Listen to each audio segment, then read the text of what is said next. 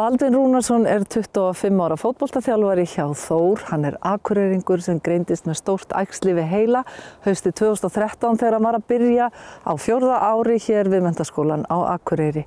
Hann fór í fyrstu aðgerðina rétt fyrir jólin 2013. Við ætlum að kynnast Baldvin nánar í þættinum Ungt fólk og krabbamein.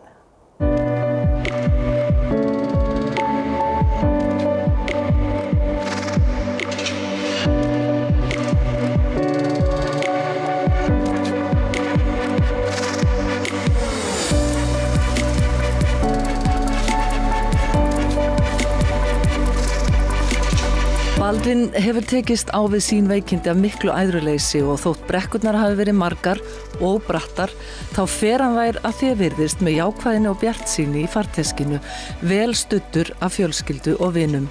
Já, þetta það hraðahindrun á manni og ég var þarna búinn að fá inn í skóla í Bandaríkjunum á fótboltastyrk, Alabama, og það var bara planið að fara þangað út og það var alltaf bara markmið að ná sér klárum fyrir það.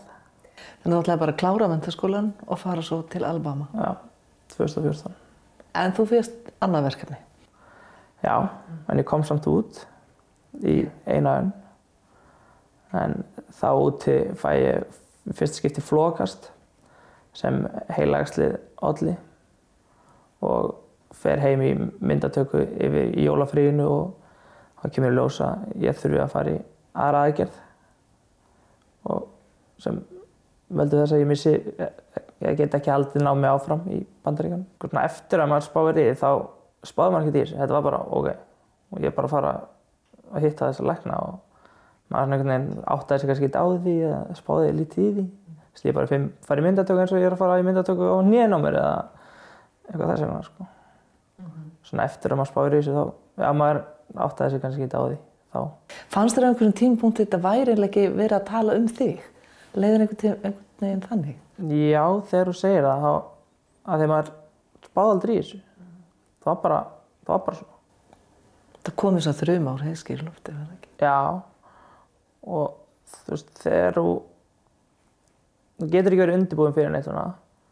Þó að þú hafi kannski lent í einhverjum öðrum áföllum og hafi fengið ráðgjöf hitt og þetta og þá veist aldrei hvernig 19 ára einstaklingur eða 18 ára gerir eða tekur því þegar hann fær svona fréttir. Og ég spáði aldrei í þessu, þetta gerðist bara. Og þetta bara svona. En ég hugsaði samt ekki, ok Baldvin, þetta bara svona. Nei. Það var einhvern veginn go with the flow, einhvern veginn. Já, þú hafðir ekkert val? Nei. Það var bara svona. Við erum alveg mjög náin fjölskylda. En þetta, nei, við ræddum kannski ekki eitthvað, við ræddum aldrei eitthvað alvarleika málsins eða ræðum ekkert þannig að. Takið þið þessu bara eins og þetta kemur? Já, ég myndi segja það. Hvernig upplifðið þú að þeim liði þarna, mömmu og pappa til dæmis? Ég upplifði það að þeim liði verr en mér, klárlega. Tengir það við það að þau hafi geta mögulega gert sér betur grein fyrir alvarleikanum eða? Já, ég hugsa bara líka að eiga barn í þessari stöðu sé mjög erfitt. Það var náttúrulega algjört sjokk sko og við svona, ég vissi svo sem hann var að fara í einhverja myndatöku og þetta gerist allt mjög hratt, hann bara með höfuðverk og ég bæði tíma í heimilislækni og sem hann fær og hann segir ég ætla að senda í myndatöku og ekkert með það meira fínt bara hann sé að fara að skoða hann og svo fæ ég símtal eftir þessa myndatöku frá heimilislækni og hann segir mér að koma upp á spítala með hann. Og ég er svo forvitin að ég skellti ekki á hann fyrir að segja hvað er það? Sem hann segir mér að það sé eitthvað sem sé í höfðinu á honum, æxli. Þannig að mér fannst það gott, ég vissi að ég hafði þá tækifæri til, ef ég hefði ekki vitað, ég bara drifið mig ein. Þannig ég hringi hann í vinnuna og tek hann með mér og við komum sem heim og náum í Baldvin og segjum við erum að fara upp á spítala.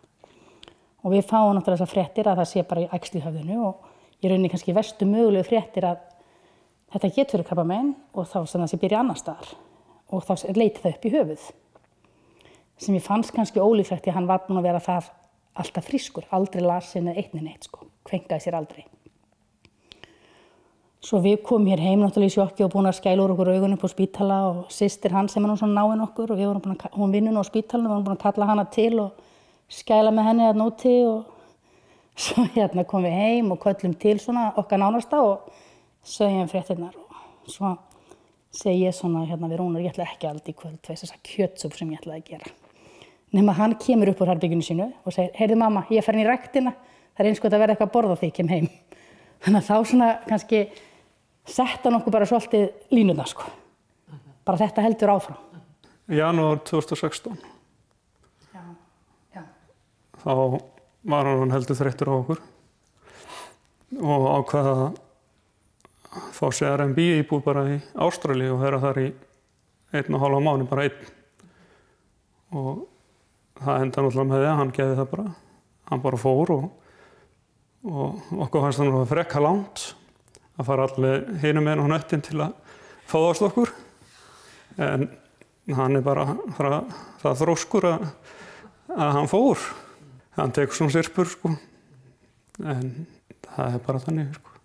Fór þegar hann fór í fyrstu geislameðferðin, eða fyrri geislameðferðin? Já, þá til dæmis fór hann hérna og ákvað að keyra sjálfur suður. Þá var hann enn með bílpróf.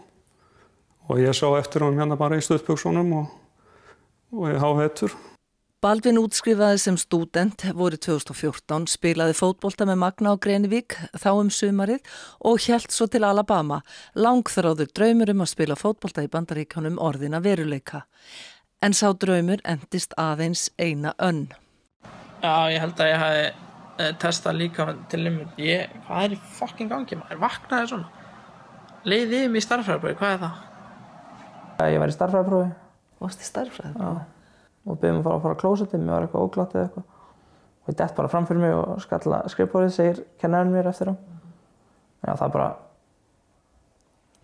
síðast sem ég var með hann, sko. En þetta var ekki síðasta flogið sem hún fékkst? Nei. Þau hafa komið oft síðan þá. Já. En þegar þú kemur heim, hvernig var það að koma og einhvern veginn, játaðirðu þið sigraðan þarna eða varandi fótboltan? Kannski ekki eitthvað beint varandi fótboltan, mér fannst þetta alltaf hundleiðilegt. Og ég var með besta vinum mínum úti í námi og ég vildi náttúrulega að hann myndi halda áfram. Og mér fannst samt leiðilegast að þurfa að skilja hann eftir. En þetta var samt engin brjáluð fíla í mér eða neitt. Ég var bara að flytja aftur heim á Akureyri og gera það sem læknarnir voru að fara að segja mér að gera. Já. Sem var hvað? Hvað varst að fara að gera? Ég var að fara í aðgerð í mars. Ég kem heim myndatöku í desember og það er bara scheduleuð á dagskrá aðgerð í mars. 2015 þá? 2015, já. Og ég bara fyrir að undirbúin fyrir hana, halda mér í formi og svona. Gastu æft? Gastu haldið áfram að æfa fótbolta? Ég var ömurlegur. Þú varst ömurlegur en þú gerðir það? Já, ég held alveg áfram að sprikla. En ég fann það strax eftir, eins og fyrir Bandaríkjana, ég gat ekkert í fótbolta. Ekki eftir þess að maður breyttist allt eftir að búa að fikta eitthvað í hausnum á manni. En já, ég æfði og líka bara sjálfur á hlaupabrautinu. Hann var í prófi sem ég var ekki skráður í. Þannig að hann kemur síðan heim í íbúðin okkar og með svona sjúkraarband á hendinni, sem að færi þegar maður innritaður á sjúkrahús og sýnir mér það og er ennþá alveg pínu ruglaður í hausnum eftir þetta flog og fer eitthvað að útskýra þetta fyrir mér og ég áttaði mig ekkert á þessu og svo vildi hann bara fá að leggja sig og það vaktaði hann aðeins þá en svo förum við bara heim í jólafrí fljótlega eftir það, sko. Þetta var bara, þú veist, 2 eða 3 dögum fyrir jólafrí. En það náttúrulega var til þess að hann þurfti að fara í skoðun þegar hann kom heim til Íslands hjá sínu lækni og allt það. Hvernig var fyrir þig að fara einn út aftur? Þetta var svona, ég man eftir bara þegar ég var búinn með ferðalagið þarna eftir jól, kominn út og búinn að ferðast í sólarhring eða eitthvað og legg mig aðeins ég kem. Svo vaknaði ég og náttúrulega einn í íbúðinni og hafa svona skallið á mig bara, já, ok, það eru 5 mánuðir framöndan hérna, einn. Og Þannig að maður var ekki stór á því augnabliki. Baldvin segist aldrei hafa fundið til kvíða fyrir aðgerðirnar. Nú svona vika í aðgerðina. Ég bara svona nokkuð brattur fyrir þessu. Held að þetta verði bara fínt. Ég myndi bara segja að ég væri heppinn hvernig ég tók þessu. En hefur verið alltaf svona jarðbundin og eða æðrulaus eða gerðist þetta, þú veist, þegar þú ert 18-19 ára? Ég held bara að fari rosalega eftir hvað hefði gerst eða eitthvað, þú veist. Örugglega bara því ég skildi þetta kannski ekki til þetta gerðist. Fyrst þegar það tilkynnt mér að ég sé með heilaæxli og það. Ég rauninni bara þakkláttur og kannski stoltur. Ég rosalega stoltur af sjálfum mér. Ég hef aldrei sagt það, held ég. Aðgerðir eins og þær sem Baldvin hefur farið í eru áhættusamar og hefur hann verið undirbúinn undir að geta vakna lamaður vinstra megin. Honum var sagt að hann hefði sparkað vinstri fætinum þegar hann var að vakna eftir fyrstu aðgerðina og líka eftir þá næstu. Já, ég gerði það en það var svolítið meðvitað þá. Því ég hafði svo gaman að því þegar mér var sagt það eftir fyrstu aðgerðina að ég hefði gert þetta ósjálfrátt. Þannig ég svona rankaði við mér og svona átti með einhvern veginn á hlutunum í kringum mig og þá svona gerði það eiginlega til gaman sko. Að því ég gerði það, en það var ekki svona ósjálfrátt eins og. En svo þessi fyrstu dagar eftir svona aðgerð, maður er á svo miklum lyfjum og maður er svona eiginlega bara svífandi á skýi, þannig að maður veit ekkert rauninni hvernig manni líður og veist, það kemur fullt af fólki í heimsókn og svoleiðis og maður daginn eftir maður eiginlega ekkert hver var í heimsókn eða hvað maður var að segja og svo framvegis sko. Eftir skurðaðgerðina taka við strangar lyfja og geislameðferðir í hálft ár.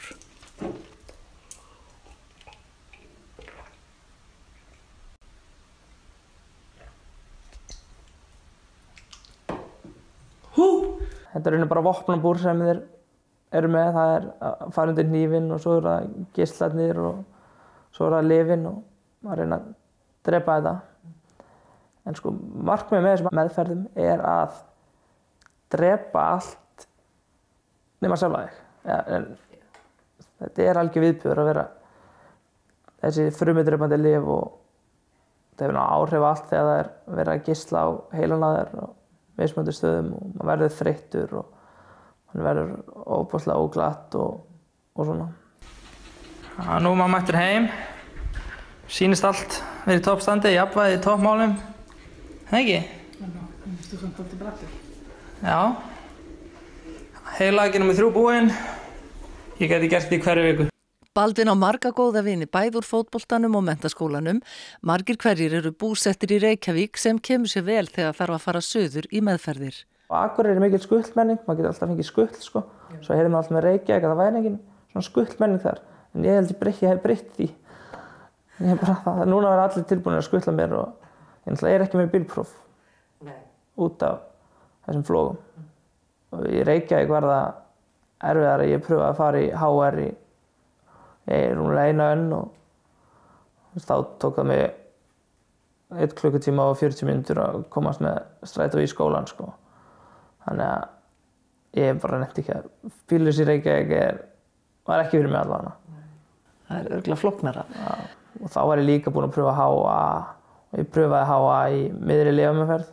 Það var dautt frá byrjun sko. Já. Í hvaða nám ætlaðirðu þá?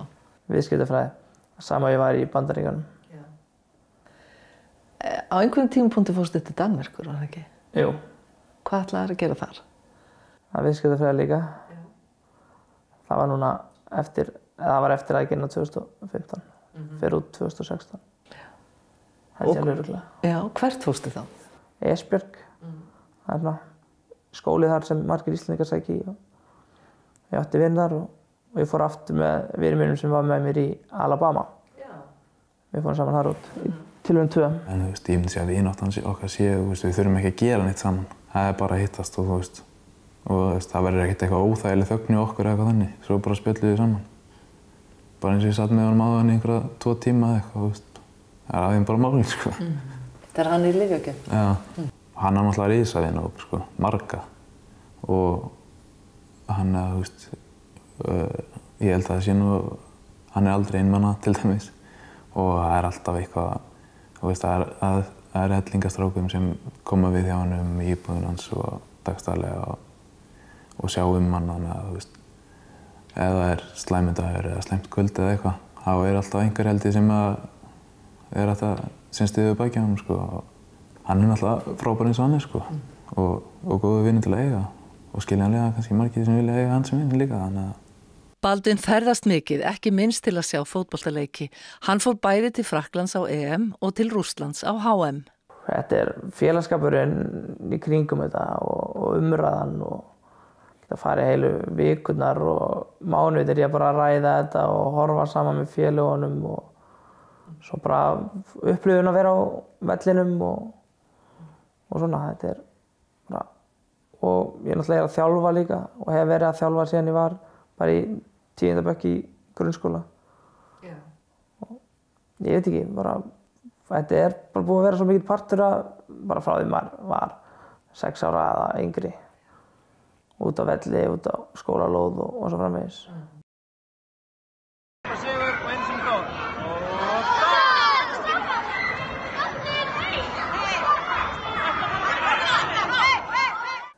Bara þegar ég á svo marga góða og ef maður er ekki með fjölskyldunni þá vilja vininni vera með manni og þess áttar. Þannig að ég hef ekki mikið sótt stuðning í svona félögum eða svona áfalla stuðningshópa. Minn stuðningur er í rauninni bara í fjölskyldu og vinum. Það er allir tilbúinir að leggja sitt af mörkum og bjóða stælega til að gera eitthvað fyrir mann, sko. Ég sæki minn stuðning í fjölskyldu og vini og það er bara mín leið með það. Já. Hefur einhver spurt þig hvort að þú sért í afneitun með því að Já, ég fæ það svolítið mikið og það fer í taugarnar á mér.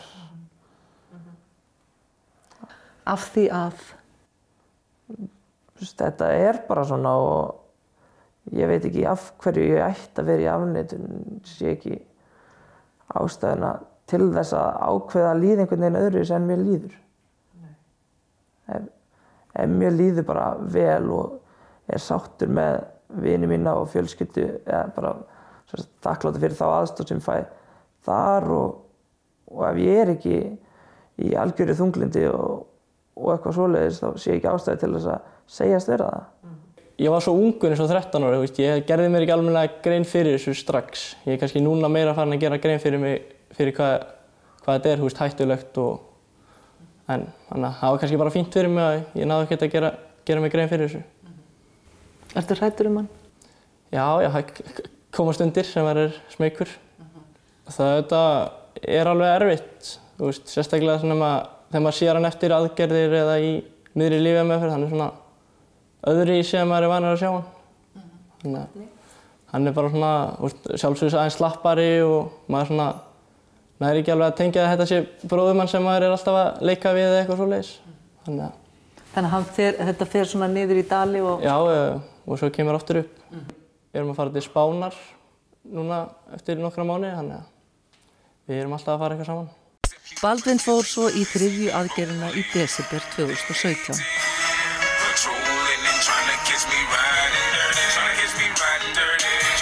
Þetta er alltaf eins maður. Þetta er alltaf eins? Já. En svo náttúrulega fylgdi, við fórum aftur í geislameðferð þá. Og eftir fyrstu geislameðferðina, sem ég fyrir í 2015, þá er sagt við mig að ég fær ekki aftur í geislameðferð. Þetta er geisli bara haus eða heila einu sinni yfir ævi. Að heilin þoli ekki meira. Svo eftir núna aðgerðina 2017, þá segja þér við mig að þeir ætla að geisla aftur. Og ég svara strax bara, þið sögðust ekki ætla að gera það og myndu bara gera einu sinni yfir ævi. Og þá svaraði strax, við vitum nákvæmlega hvað við hefum sagt við þig. En þetta er mjög óvanalegt æxli sem svona ungur einstaklingur er með og þú ert ungur og hraustur og við teljum þig tilbúin í að fara í aðra geislameðferð. Og já, það var þannig. Fór í mánaðar geislameðferð og í kjölfarið lyfjameðferð í hálft ár eða 8 mánuði sem kláraðist bara núna september síðastliðinn. Já, 7 mánuðir af lyfjameðferð búið.